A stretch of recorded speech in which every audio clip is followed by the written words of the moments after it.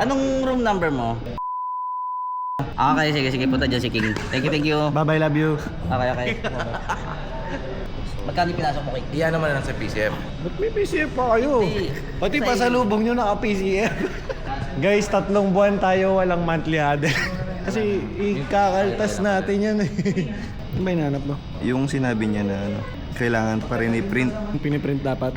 Ito, naka-screenshot na. Basa nga. Thank you.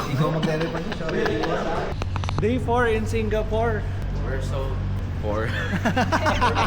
We're so... in Singapore and getting poor. Oh, yan. So, ito yung huli naming itinerary for today.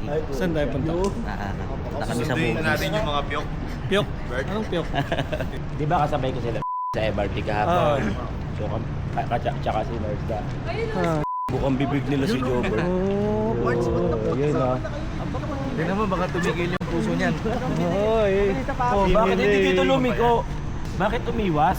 May kailangan kasi nag-I love you eh, umamin.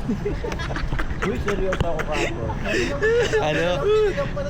What happens in Singapore stays in Singapore. Bakit? Masama bang magmahal ng kaibigan? Si Drexler nga, kinis ko kanina eh. Thank you. Ito, pumasok ako dito sa House of Con. Sabi, gano'n na ba daw kalaki butas ang ko? Tinanong ako anong size, diameter. Diameter binigay ko.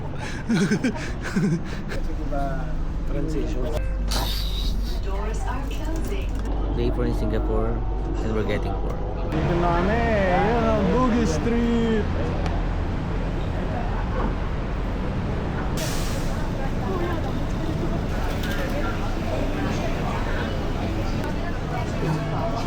Boy, ang pinalagay ni Jobert, ni Edjan, konti lang. Tapos papabuhat lahat.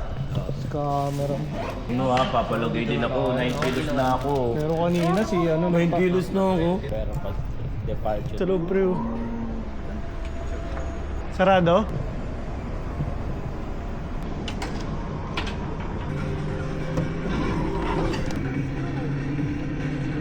Final boarding call.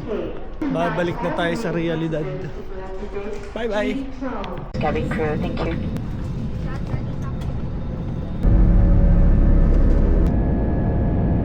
Usually nakakaiyak sa departure eh. Pero this time parang sa arrival.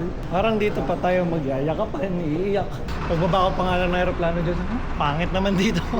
Uy, Tatapos sa MRT. Ayaw! Guys, Singapore kumakihanap po. Baka mapa-convert ka pa ng SSD. oo. Pag bibili ka, 50 pesos, mga 1.2.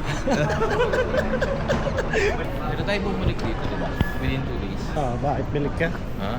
Balik ka? Pag-isipan ko. Ay, bang porket galing ibang bansa. Gusto lang mag-flex. Ba't ka pumunta duty free? Ang galing ka Singapore.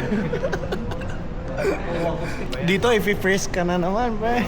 Doon, dire-diretso lang. Ninom si Ed sa bagay niya ng kapiranggot. Pinabuhat na ng buo. Sabi, dahil makikilagay ka, buhatin mo na. Sabi, Buhatin mo na. Hindi siya pagod. Hindi siya pagod, bro. nakalagay lang ng tsokolate. Dahil makikilagay ka, buhatin mo itong buong ng airport. Ito, ano. Nakilagay ka 1 kilo, buhat mo 20. Hindi siya pagod. Hindi siya pagod, bro. Nakalagay lang ng tsokolate.